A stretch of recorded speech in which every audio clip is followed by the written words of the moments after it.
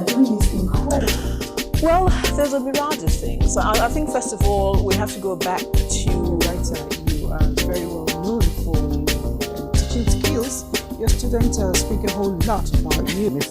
During festive season, Christmas, Salah, whatever festivity it is, one art that is common is the art of giving. It gives a lot of joy. It feels good to be the receiver. The givers also feel good.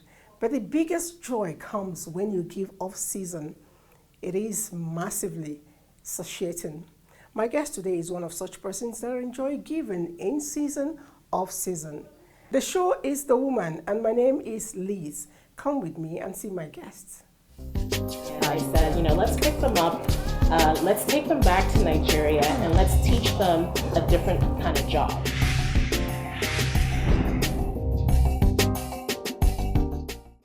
A phenomenal woman has been described in a lot of ways, but whatever way you put it, my guest today fits into all of it. She is an astute businesswoman, a philanthropist, a voice for the voiceless, a voice for women and children, orphans inclusive. She is one woman that loves health so much. We'll get to find out why. That she, as early as possible, established a foundation she called When in Need Foundation, and then that gave birth to a lot of other things, especially the outreach, Medicare, the K Medicare outreach. She's also the CEO of Every Life Matters. She is a very loving woman, a very loving mom, a radiating mother to all, not just her biological children. Join me as I welcome her in my own way. There's a lot to her, but I choose to call her the High Chief Dr. Chetachi Nwoga, Ecton. Nice to have you. Thank you, my dear. Nice to have you. I must recognize the new addition you've made to yourself. Yes. And that is Ada Imo. The whole of it was the first daughter. Yes. That's a nice one. Thank it was given you. to you recently. Was it on your birthday that I missed? Well, you missed my birthday. Yes, of course. I'm apologizing in public. Okay. I reported myself. Don't worry, the next time you will come. I will. So, yes. And the birthday, someone told me I missed out that it wasn't just a birthday, it was a carnival and a celebration of giving. Yes. How did it go? It went well. It was well attended. We had over maybe 70 to 80 royals from all over Nigeria. Yes.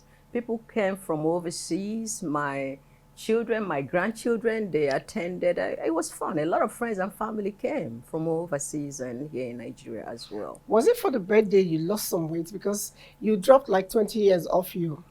What did you do? It's not the birthday, but as you're getting old, you're supposed to take good care of yourself. And I believe that's what I'm doing right now, is taking good care of myself, watching what I eat and what I drink, and how I sleep and what time I have to go to bed, when to put all the electronics down and just have me time. It's beautiful. I needed to reiterate that for Nigerians, because a lot of times we think that the biggest achievers are the ones that stay up to 3 a.m. before they sleep, and they must wake up by 7.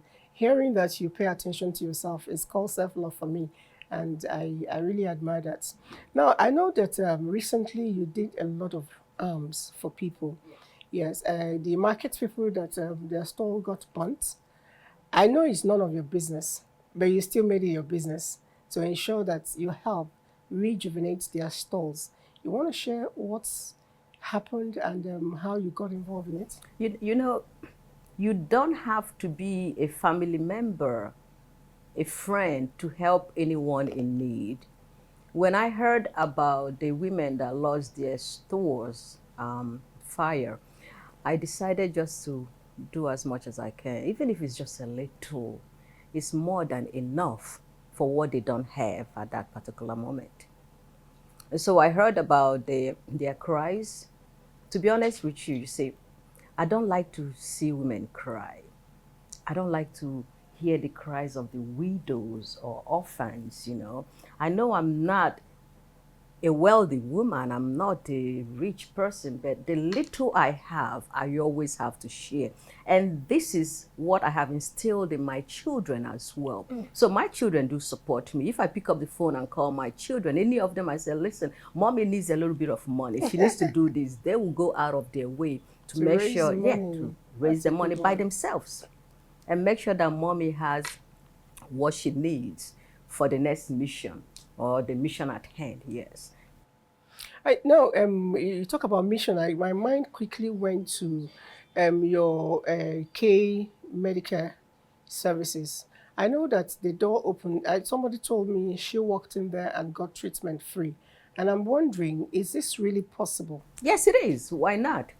I opened that hospital just not for individuals that can pay for medical care. It's for also the individuals that don't have any money. Anyone that walks into that hospital that doesn't have any money must get treatment. Anyone that walks into that hospital that needs medication for malaria or headache or whatever will be served. That's what Free of giving, charge. free of charge. Yes, I pay for it. Even those that lives with me, I pay for all their medicals. I send them to the hospital whenever they're not feeling very well. Go and get yourself treated. And you put the bills. Yes, of course, I do that. That's a good one. Now, but what gave birth to all this? I mean, what's in your life? People will always say there's something in the cabinets, the cupboards, that makes one behave the way they do. No, it's just passion. I believe that's how I was created. I was created to be a giver. I was created to be that open door for others. I believe that's not just a calling, but that's my life. My life. And that's the only thing that gives me joy. Wow. I'm going out. You can call me to, invite me to a party or event, and I may not show up because it's not my thing. However, if you say, listen, there is someone in need and we have to go and help someone, you will see me marching immediately because that's what makes me happy. Your life is, for me, in a lot of ways, a book to read, especially when it comes to your philanthropy. I know that during your birthday, some group of women were not particularly cared for, a group of widows. And you did not know, but when you found out, you decided to extend hands. How do you get to do that? I paid enough for everyone to eat and drink. It came to me as a shock that there were some widows that came from not just here in Abuja, but from other, communities around Abuja, and they were not cared for, and no provisions were made for them. So when I heard that, I said, okay, I am going to recall all those widows back, and then I will not only give them food, but I will present them with other presents, to go along with the food and everything else that they think or they missed that day. I will even have a live DJ. I might even call, get some dancers to perform for them. And the Widows Association of Nigeria made me their grand, matron. And you cannot make me the grand matron of all the widows, whether civil, police, army, whatever. And then you come to my event and you're crying, you leave crying. No. That's not acceptable. That's a good one. But then, have you ever witnessed, how do you handle abuse of philanthropy? Abuse of philanthropists is just on those that really don't know what they are doing. It's not their calling. It's not their passion. All they do is they go, they get sponsors, they pocket the money inside of whatever their bank accounts and then give just a little tiny to those they're supposed to take care of. That's when the abuse comes, because now you can't account for it. Yet the people that you are supposed to take care of are still crying and they're still asking, okay, what were you supposed to have given to us that we did not get? I'm not a part of that, and I will never be a part of that.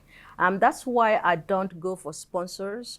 Because, when you go for sponsors, you're asking for other people's money. You have to be accountable for that. But when I use mine, I'm not accountable to that. I'm accountable to myself and to the Lord Almighty that I am doing all these things for. Everyone now wants to have a foundation. Everyone now wants to be a philanthropist because they think it's a way of making money. No, being a philanthropist is not a way of making money. It's a way of giving. It is a way of giving. So when I see individual that calls themselves philanthropists and I look at them, I say, ah. And every week, every month, they're doing some kind of events to get sponsors, to sponsor them on these and these and that. I'm saying, listen, if you're a true philanthropist, it must come from your heart. You give what you have. I also know that those you help sometimes they also can abuse it. Do you have a monitoring system to ensure that if you're training one, for instance, in tailoring and setting up for the person actually follow it to due process? Yes, but let me tell you, you see, things are very difficult in Nigeria right now, and I've been doing this for so many years, and I have thousands of stories to tell. No, it doesn't work out like that. I might start something and hoping that I'm empowering this community, I'm empowering communities, I'm empowering states, and at the end of the day, nothing comes out of it. And I can give you examples, I started a this was about maybe 12 years ago, 15 years ago. I started a microfinance, and I said, okay, listen, you farmers, you all in this village, I can help you all. I will give you guys a little bit of money. However, I'll supply you all the seeds, fertilizers. I will even help you clear your farms. All you need to do is just farm. And then after harvest, you can sell some, keep some, just put a little bit back, and that will also come back to you. It didn't work. The first year it didn't work. I tried it again, it didn't work, but I didn't give up. So I just said, to hell with the microfinance. Let me just keep doing what I'm doing here. Here's seeds for you to plant and feed your family. And if you have any left, sell and pay for school tuitions and medical, assistance. Now I can go as far as telling you about 4 years ago, I wanted to start what is called Kalani rice. Kalani rice. About 5 years ago. That was before Corona. In that, I will not mention how much I spent, but I bought rice, black and white beans, soya beans, okra, name it all. I bought so many seeds, and I distributed all these to about 8 communities. And the idea was, let them farm, and then what I will do is that I will go back and I buy all the rice from them, exactly from them, and still give them back more to farm. So, it's like I'm trying to create wealth in those 8 communities, but they didn't understand what I was trying to do. What do you know what? Some of them ate the rice. Oh my God. Some of them sold the rice and the beans and the okras. And I'm telling you honestly, at the end, I was so sad, not upset. Sad because they didn't buy the dream. And I said, listen, this is coming out from someone's pocket. I didn't go out begging for money or doing any kind of events to get sponsors to buy all this. All this came from me. So I did it again the following year. Now I did it now in about 5 states. I did Kaduna, I did Ebonyi, I did Abiam, I did Imo State, and I think it was in Anambra. I said, I did all this again. And I said, this time, all you guys have to do is just show me evidence. Show me evidence, And they showed me when they were sharing all the seeds, but what happened after that, I don't know. It is not easy for someone to come out to say, listen, okay, what do you plant the most? And you say you plant yams. And then the person will go and buy and get maybe 5 trailers of, seedlings. And share all over. And then at the end, you ate the seedlings. They ate the bigger seedlings and planted the smaller ones, and at the end, they are now asking for more. They are hungry. How? I don't understand the concept. If only individuals will understand that if one comes to you to help you, the least you can do is to help yourself. This is what I told them last year after the 5 states. I said, if you do not show me any evidence of the famine, not sharing of the seeds, of the famine, and then when these crops are growing and then they harvest, forget it. In 2024, I will just relax. That's it. And that's what you did. And that's what I did. And all of them, people were calling to ask me, when are you coming to share seeds? I'm like, what seeds? That's a good one. No, I have followed up on your activities with giving aids to people. You are Imo State and Igbo speaking, but I have also noticed that in your activities, you try to go around Nigeria. You know, any particular reason? Because I know some people when they want to do anything, they say, "Let me go back to my village. Let me go back to my state." But you have always carried the entire Nigeria along. Because I'm a human being. Okay. Before Nigeria or before the world, I always tell people that I'm an alien. I'm not. I cannot say that, yes, because I'm from Imo State and I speak Igbo, I'm just Imo State and I'll do for Imo State. No. Listen, I'm for everyone. So long as you're a human being, I'm for you. So long as one is a widow, whether you speak Igbo, Hausa, Yoruba, regardless the color of your skin, whether you're from South America, America itself, Europe, anywhere. Listen, I touch lives. I've touched lives in so many countries. I've touched lives in 5 continents. And it doesn't matter who you were. So long as you're in need and I'm able to help you, yes, I will help you. I've received so many titles in Hausa land. I've received so many titles everywhere I saw go. one, Asari. Owasoro means the Owasoro. mother of king. It's from the Chawe kingdom of Kaduna. Okay. But you see, I'm just a human being in this world to do good. That's the way it should be. That's the way it should be. But then in doing your good, you have found time for your family, because I see the bond between you and your children. How do you manage to coordinate your numerous businesses and still find time for family? When I was about to start the When in Need Foundation, my children, they were so young, so small. But they're very intelligent human beings, my children. I call them also human beings. So I sat them down and I told them, listen, I want to start a foundation. First of all, we have to find a name. You always have to do this democracy in your home. Oh, yes. Have a dialogue with everybody. Yes, I have to, because I need them to be in the line. I want them to know everything their mother is doing. Because listen, if my children didn't allow me to go out there in the world, I will not be doing what I am doing. Sure. We all sat down, and my youngest, Chioma, was the one that said, hey, When in Need Foundation. And that's how the foundation got its name, When in Need Foundation, And so I told them, I said, you see, with this foundation, even though you guys are young, but with this foundation, I'll be traveling all over the world, touching lives. They said, it's okay, but we have to go with you, right? Yeah. So my children, if you can see the videos from the early years, you will see that my children went to so many countries all over the world with me. Doing charity. Spreading love and giving to those in need. And let me tell you honestly, they love their mother so much, and they love what I do. And the bond between me and my children started off the day I walked out of the abusive marriage. And I've had those 3 children to me all by myself all these years.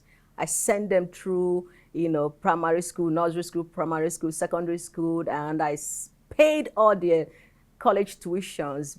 You know how I did that? Some people will ask me, how did you do it? I said, let me tell you, I had to give myself up for my children.